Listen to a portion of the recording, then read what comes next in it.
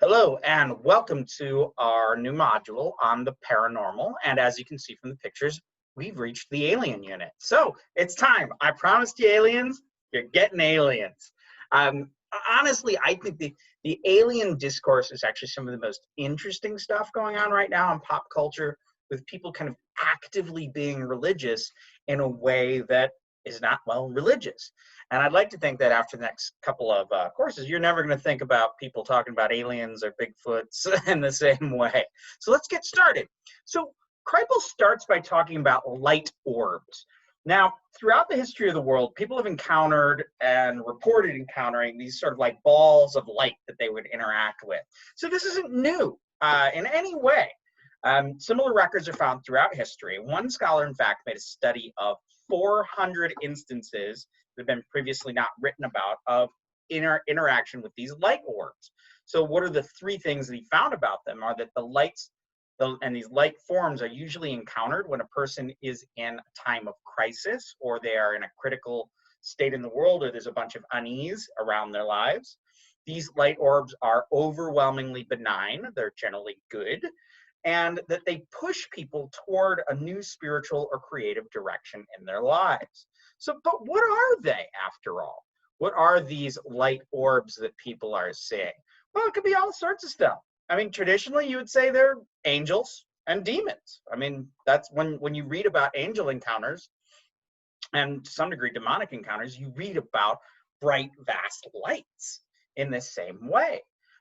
When you look to witchcraft, and especially in Africa, people just will describe the power of the witch to move in the night, and that it can be seen as a glowing orb, and several anthropologists have actually observed this.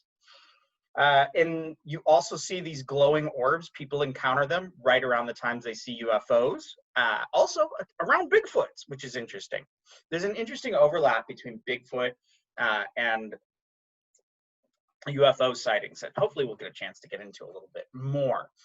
Then you have ectoplasm and spiritualism. Now, spiritualism is a religious movement that got started in the 19th century in the United States, in which people would have would have seances in which they would sit around and they would contact spirits of the dead, and the dead would manifest as ectoplasm, which would be this just sort of like amorphous, like undulating white or greenish light that you see on the left is actually a photo of some of it.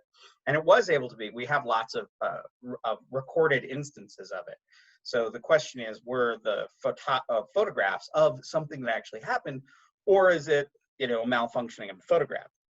That's always a problem in this type of discourse. So anyway, what else could it be? It could be ghosts.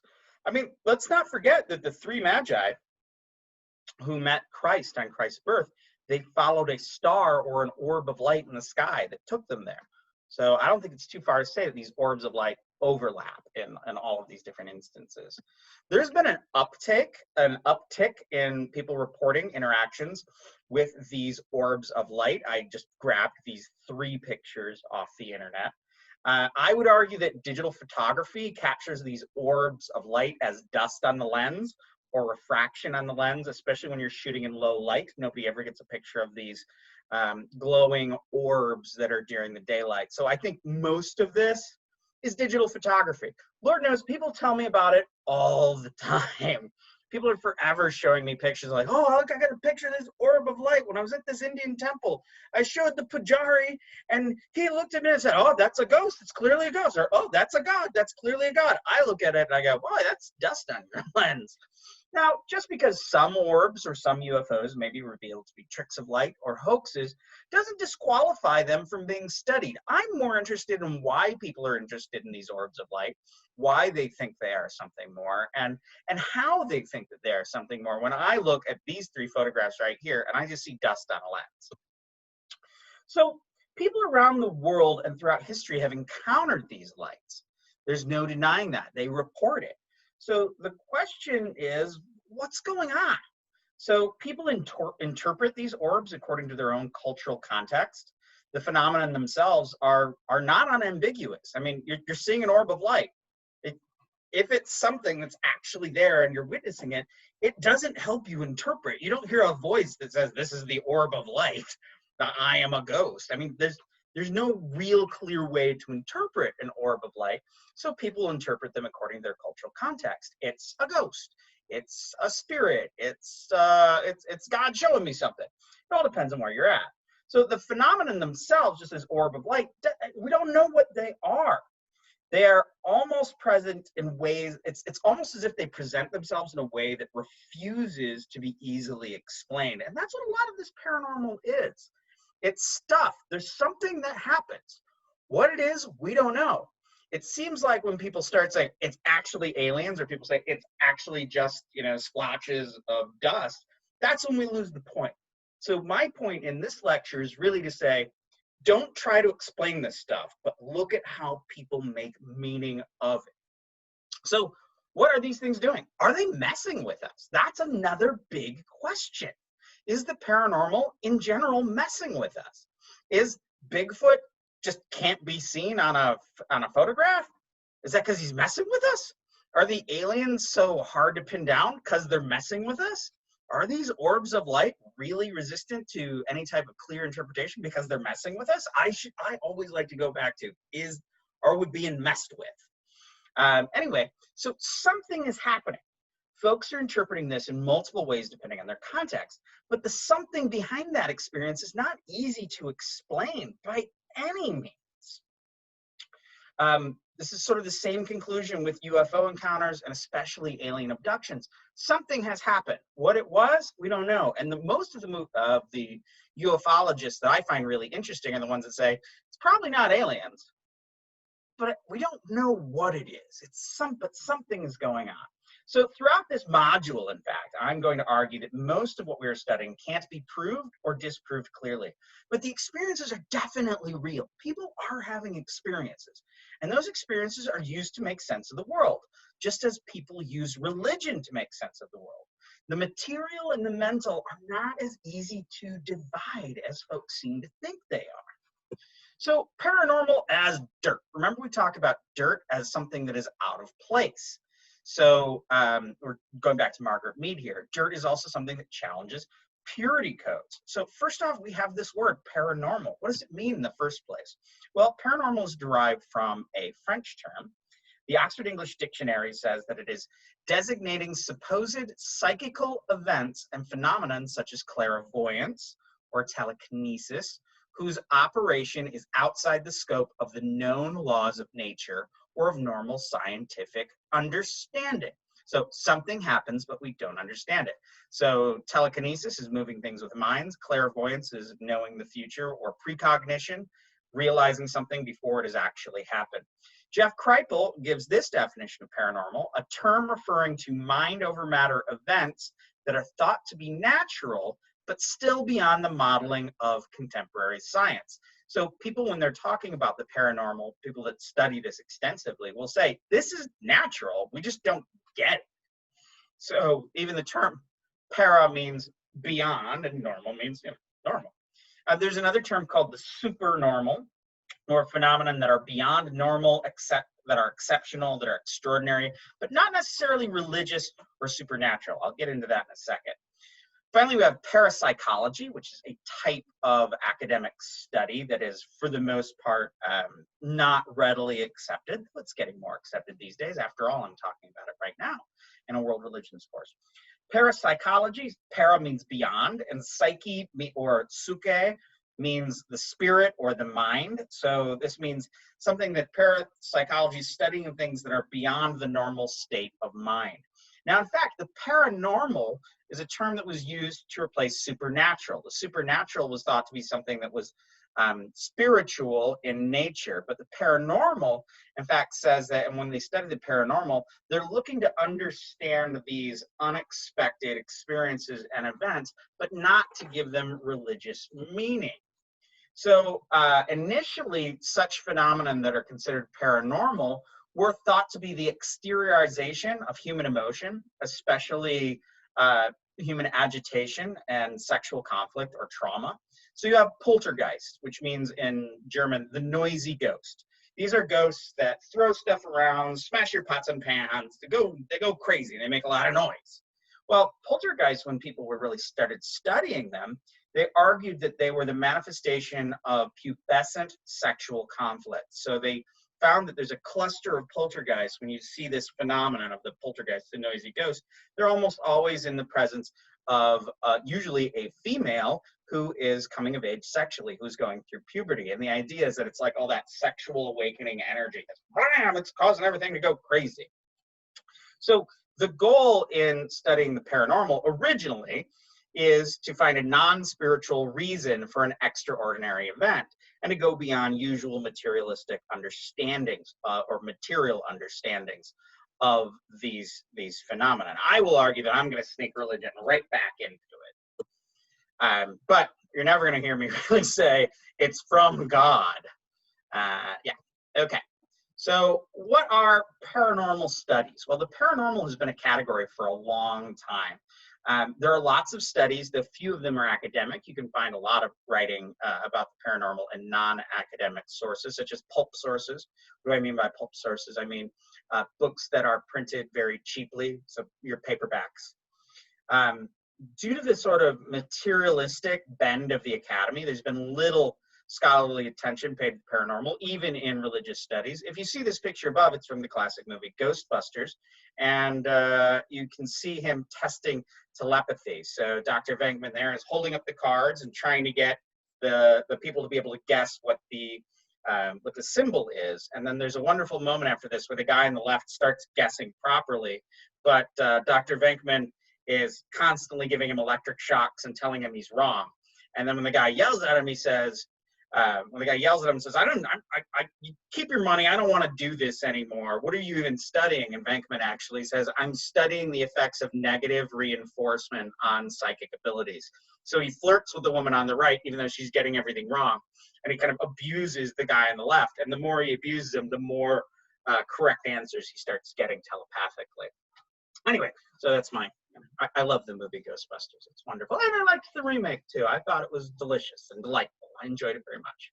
All right, so folks see the paranormal as something that is not provable. It's something that you can't prove that it exists.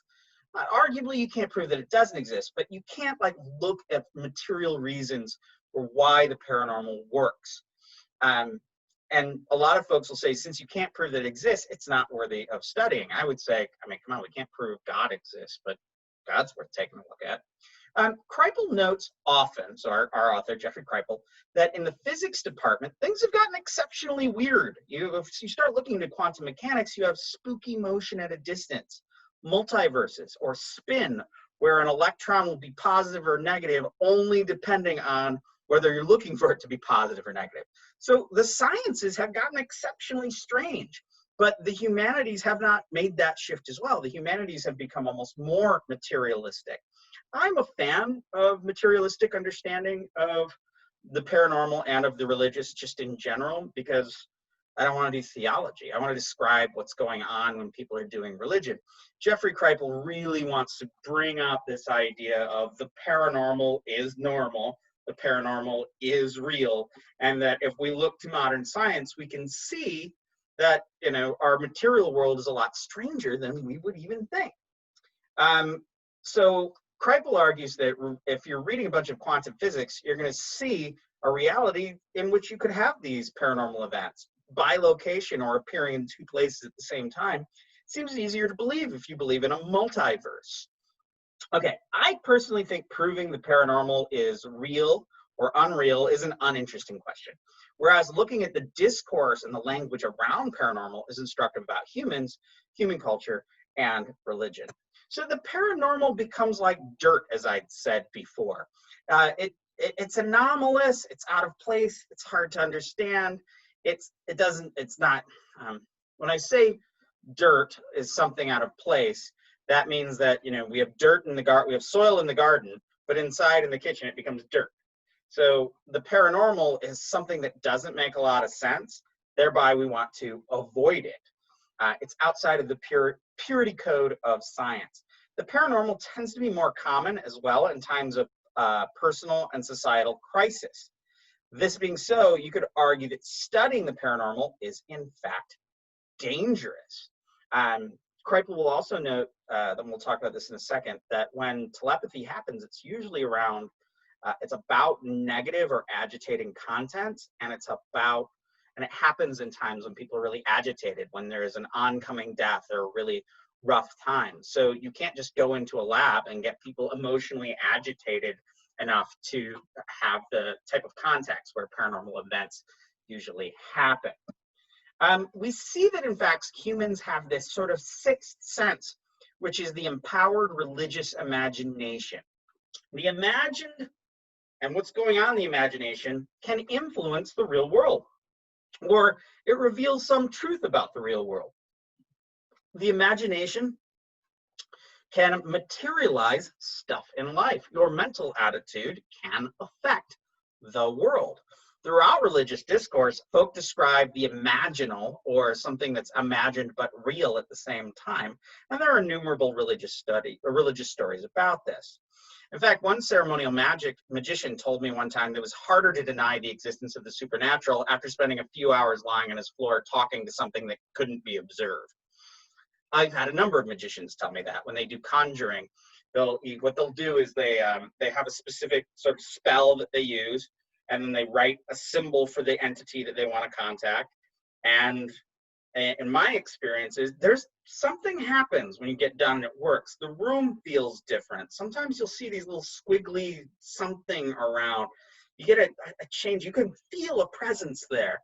And then ceremonial magicians will either sort of lay on the ground and have communications using their active imagination with that entity, or sometimes they'll use automatic writing where they just start writing and the deity starts speaking through. But it's important that the ritual conjures them up in the first place. So let's look at two cases of the imaginal. The first that Kripal describes is Mark Twain having a dream about attending his brother's funeral, but his brother hadn't died.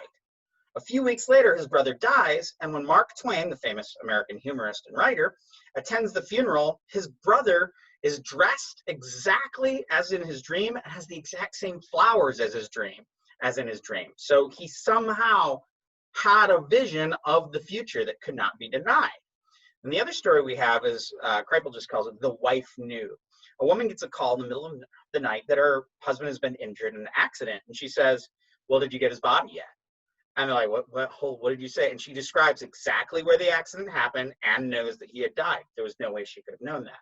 So Kripal takes these instances and says, we cannot deny that these extra mental abilities exist. I can say, we can deny it. That could be a coincidence.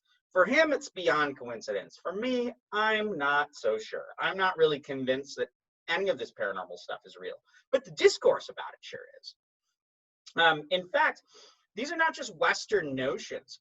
We have all of these stories that we're going to get to in another module about yogis having powers.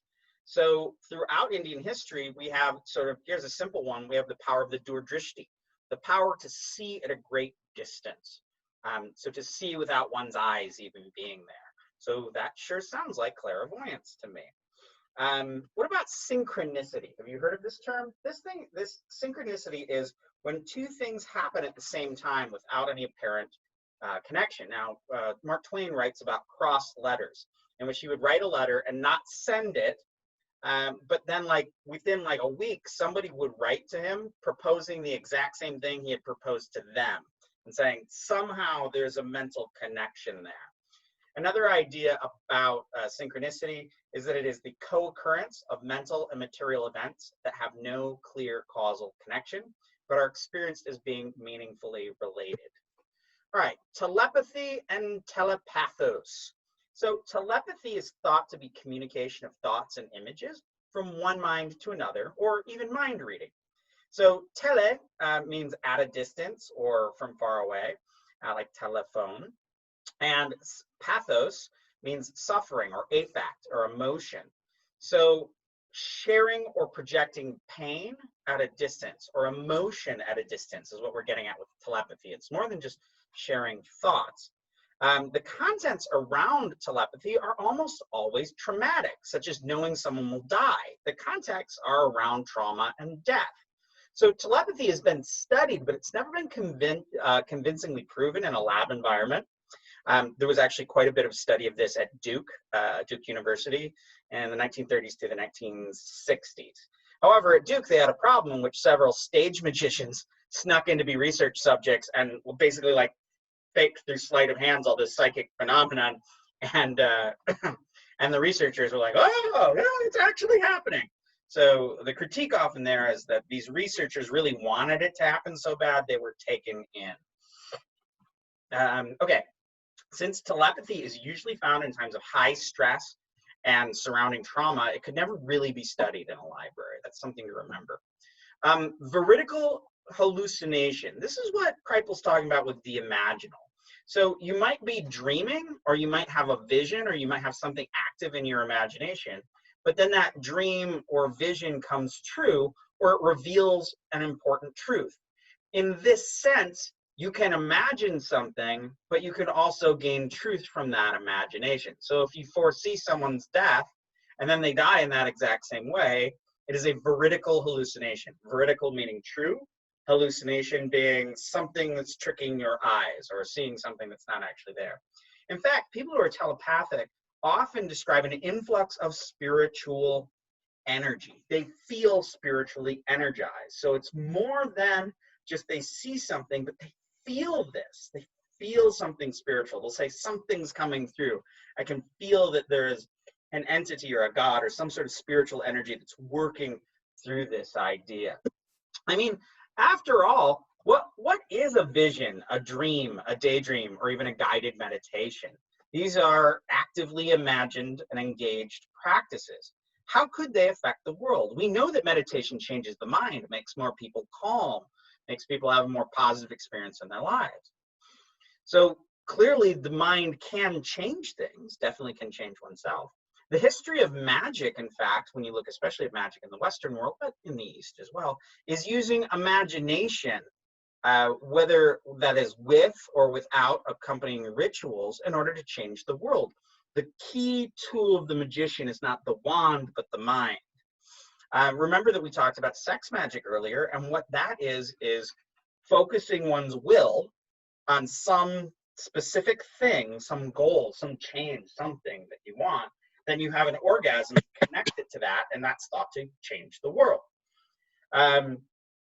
When you think about the book called The Secret, and I know I've had quite a few white ladies in my life talk about manifesting things, like, oh yeah, that conflict, you manifested that.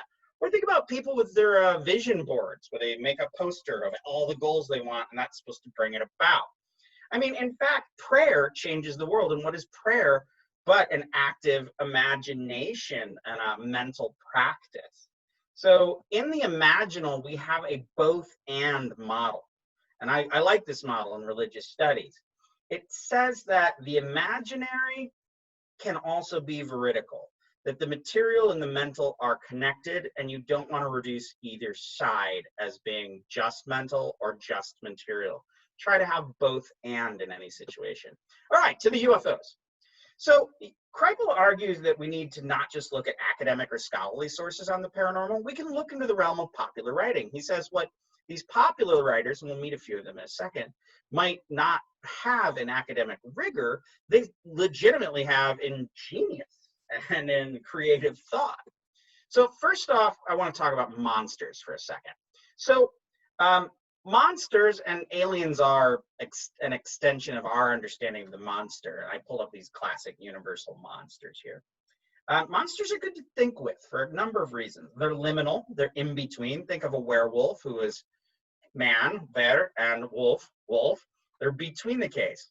Frankenstein's monster is dead yet alive. The creature from the Black Lagoon, what is he but part fish, part man somehow? And vampires are intriguing as well because they're reanimated dead that are somehow usually depicted as being absolutely aristocratic. When you look at their depiction in movies, they're depicted as being sort of like high class. And but they're always trying to, but they can't quite fit into the high class because, you know, they're a monster. Or zombies, they're neither dead nor alive, and they absolutely represent, so whereas vampires represent our fear of the aristocracy and the very wealthy usurping our very lives, zombies are our fear of of social change and of being overrun by the dead, the impure, the foreign. Yes, so monsters challenge our usual order. They're also impure because anything that is anomalous, that doesn't fit into categories, is considered impure. They represent a challenge to order. And order, all order, is always being challenged. They challenge material culture.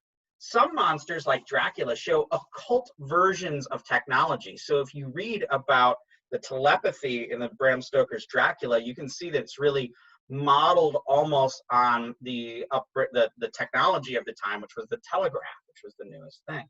In fact, we have the word monster comes from the Latin monstrare, which means to demonstrate something, to demonstrate, demonstrate. The monster shows something, it reveals something, it warns, it portends. It is portentous in that it tells us something bad is going to happen.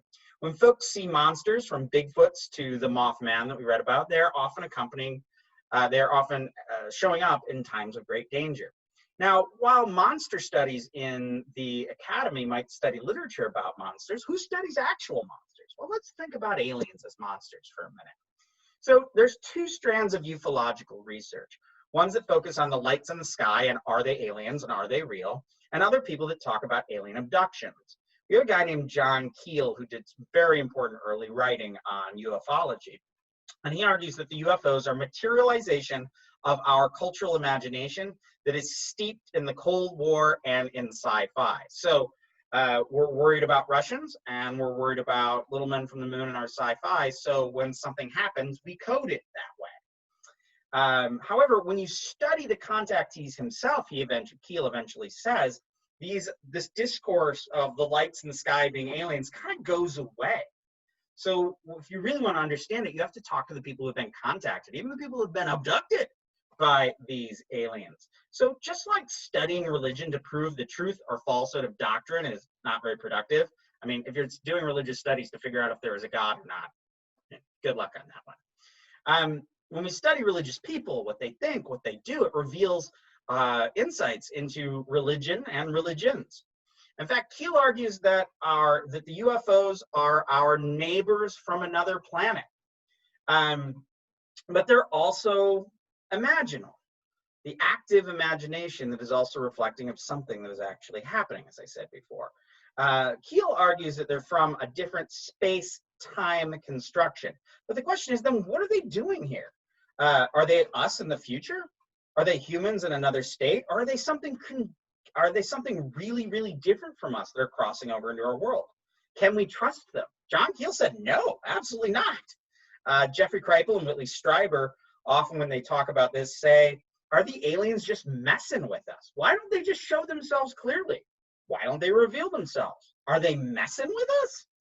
Are they agitators? Whitley Strieber argues somewhere else that are preparing us for another stage of evolution, that we're getting agitated by these alien abductions that stress us out, and that makes us ready for the next stage of human evolution. Or are they sex tourists? That's what I've always wondered, because I've wandered around the streets of Bangkok and been near some of the more prostitution-heavy areas. I often thought, I'm like, are these dudes coming here to have sex with all these women? Well, maybe that's what the aliens are doing. A common argument in ufology is the reasons that they're always extracting semen samples and placing things inside of women is because the aliens have ruined their genetic material and they need our genetic material, our DNA, to enrich themselves, which can lead to either enriching themselves scientifically or by creating human-alien hybrids, which is a whole other kind of wild set of arguments. Other scholars argue that there's such a thing as an intermediate world, like the world of the polytheistic gods, like the world of Hinduism. From here, the visitors could be taking material form, not unlike the gods, and intervening in our world, but being really rooted in an intermediate world. So just a lot to think about there. Now, there is another guy I want to talk about. His name is Charles Fort. He wrote a wonderful book called The Book of the Damned. Note here his little understatement. By the damned, I mean what science has excluded. There's even a magazine that still comes out called Fortean Times about Charles Fort's project later, and even after his death. He was alive in the early 20th century. So Charles Fort documented what he called the damned things. By damned, what does he mean? he recorded events that just can't be explained by religion or science. And he documented these events by basically reading through 100 years of newspapers in French and English. This guy was constantly reading. He argued that if there were UFOs, they were studying us in order to enslave us or maybe even to eat us. He was interested in that intermediatism, like I said before, this intermediate world in which easy answers to the paranormal, sorry, I'm wrong with that. Intermediatism, according to Fort, is a style of intellectual practice where easy answers to the paranormal are rejected. Neither should they be proven nor believed. You don't look to prove them, you don't look to believe them, you just look at them and you learn from them. Like Whitley Strieber at one point said, if you get stuck thinking that these abductions are of actual aliens, it's like, then you're stuck. If you go, I don't know what they are, and you just go deeper into it, that's when you can really grow and understand the thing more. I find this intermediatism kind of compelling because it reflects my own stance vis-a-vis religion, where I'm like, I don't know if I believe it. I don't know if it's been proved. I'm not looking at either of those ideas, but I want to know more. Always want to know more. So folks might not be seeing aliens. There's an important letter in a collection of UFO narratives where someone asks one of the visitors, well, are you aliens? And they say, yeah, but not how you think. And that phrase has always struck with me. What does that mean, that they are visitors, they are aliens, but they're not like you think? And then there's other people who have said, are you angels? And they say kind of similar thing. Yeah, but not like you think. Okay, so folk might not be seeing aliens, or these aliens may not be as you would think. And they may not be connected to any material stuff, any visions in the sky. Only sometimes do the abductions correspond to people witnessing lights in the sky. But what's clear is that people are seeing and experiencing something, and that something is tremendously telling. I would argue that these people are our most stark contemporary mystics. These are mystical experiences, and they are there to tell us something. We should pay attention to people, especially those that describe these alien abductions. So let's do a little comparison for a second here and close out this lecture. We have 3 cases. The first one is by Carey Mullis, who is a very famous chemist, and he describes one night walking away from his cabin and seeing a glowing raccoon who speaks to him in like kind of a snarky way. The raccoon's like, good evening, doctor. And then the next thing I know, boom, he loses time. A little while later, he's wandering around the same area by his cabin, and he gets overwhelmed by emotion and fear and terror. And he's like, this is where something happened, and I've never recovered the memory of it. And his daughter had a really similar experience in the same area. So then we have Whitley Strieber, we have here on the left, pictured with his book, Communion, Encounters with the Unknown, which is a bestseller, and I highly recommend reading it. I read it a couple times. And it was turned into a somewhat terrible movie. I like it, but what do you do? It's starring Christopher Walken as Whitley Strieber. So Whitley Strieber in the late 80s had a powerful experience of being abducted by aliens from his bed, carried out, had these amazing experiences, and then returned, and he lost the time. But over time, he was able to recover what had happened, and he describes it very eloquently. He's a lovely writer in his book. We'll look at some of his work a little bit later. Yes. Now, in time, Strieber had further experiences. The first experience when he was abducted was really traumatic. And later, he describes him having further experiences that are much more positive and are much more about sort of connecting with these beings who have taught him quite a bit over the years. I quite like reading Whitley Strieber. He'll take you down weird rabbit holes, but he is interesting. Now, what about Jeffrey Kripal, our author of our textbook? He describes what he calls that night. Now, Kripal was doing field work in India and Bengal, and one night he awakened or not, and he saw the goddess Kali above him. And he was as if he was Shiva here. You see Shiva, that she's standing at the top, and Shiva's there dead. So he felt his whole being vibrating, and he felt this incredible connection with this goddess. And in fact, he argues that all of his books, all of his research he's later done are a result of that night, and he wonders if whatever he experienced there sort of beamed those ideas into him. Grant Morrison, you may remember, made a similar argument. Okay, all these guys, we have some similarities. They're modern, They're all male. Happened in the 1980s, all three of these characters. Two of them have sexual components. Stryber describes a later experience where he has a sexual encounter with a female alien. And that led to a whole lot of really good things that happened in his life. You have to read about it to kind of get it. I don't want to go completely afield on that one. Kripal said he experienced a powerful erotic connection of himself with the goddess, especially as he was in the position of Shiva, her husband, as a corpse. So what links them? Well, supernatural assault. So there's a character named, what's his name? Hufford, who wrote this here book, The Terror That Comes in the Night, came out in 1982, and I just happened to check it out of the library, not realizing that we were going to kind of talk about Hufford's work. So Hufford writes this book called The Terror That Comes in the Night, and he describes a female hag creature that attacks people and paralyzes them and terrifies them. Now, he initially studied this in the eastern coast of Newfoundland in Canada, but then he tracked this across cultures throughout the US and outside of the US. He found that folks worldwide describe an old hag that rides them, using the same imagery of a possessed person who's said to be a horse or a vehicle for the spirit possessing them. He actually found that 15 to 25% of people in the world experience this once in their lifetime. Their interpretations may vary based on their cultural context, but the descriptions are cross-culture and bear the same elements. In fact, we have the word nightmare, which if you were to look it up, you'd see that a nightmare is a female spirit or monster that was supposed to settle on someone and produce a feeling of suffocation in a sleeping person or animal. So the nightmare, the hag. Notice nightmare, mare like female, horse, who comes in the night. Another argument is that this is sleep paralysis. Well, sleep paralysis is when the mind comes awake, but the body cannot move due to the brain chemicals that are released to keep someone asleep. Some people suggest that this is actually a really recent phenomenon that we don't have records of in the past. So let's not reduce just all of these experiences of alien abductions and encountering the nightmare or the night hag as being merely sleep paralysis, but I think sleep paralysis has quite a bit to do with it.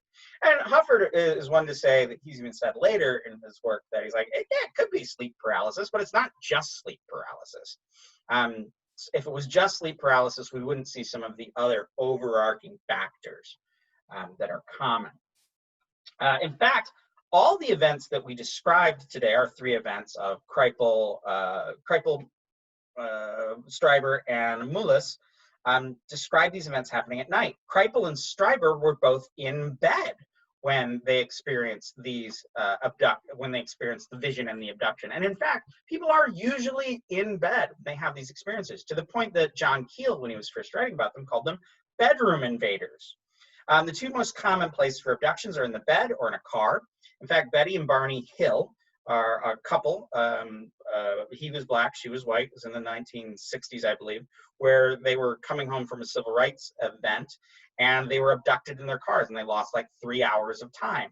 And over the years and through hypnosis, they were able to kind of figure out what happened there. So that's just like one of these sort of things, losing time from a car or in bed. Those are the main places people are abducted. The three cases, as I'd said, are united by a long-standing cross-cultural experience that can be coded as a supernatural attack. So we're doing a comparison. So we had A and B would be, Stryber and Kripal. And then here's our C. Here's our overarching argument from our A and our B, that this mirrors spiritual or supernatural attack. So Stryber and Kripal show the different ways an experience can be coded. A God experience or an alien assault. Could these be the same experience, but Kripal just had a much better, more positive way of coding it? Also consider that over time, Whitley Stryber has had ongoing experiences, and those experiences have become largely positive. So Mullis doesn't have any memories of being abducted. But what does his lost time tell us and seeing the glowing raccoon? Well, he said that he doesn't have enough to argue that it was aliens, but he has plenty enough to call it one of the weirdest nights of his life. These experiences also in all three men led to huge challenges and inspirations in their lives.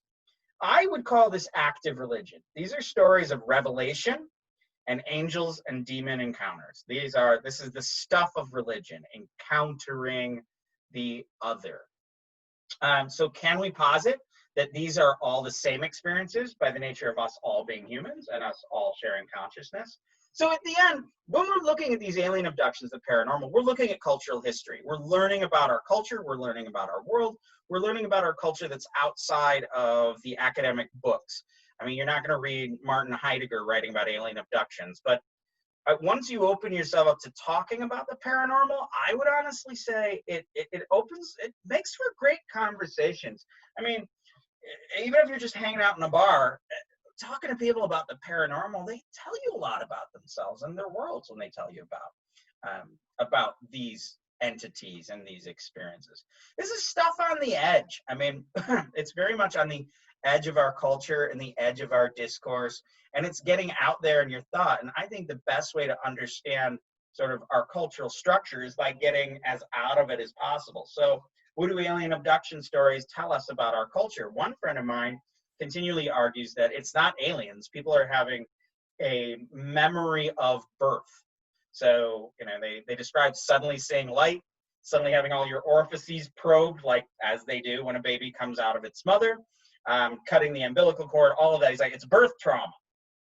I think it actually has quite a bit of religious rhetoric. We can learn a lot about how people have talked about, especially angels and demons, by listening to the way that they talk about alien abductions. And in many ways, the alien abduction is a description of a contemporary version of angel contact. And finally, it's the unknown, the unsettled. Take a look at it. All right, I'll catch you next time.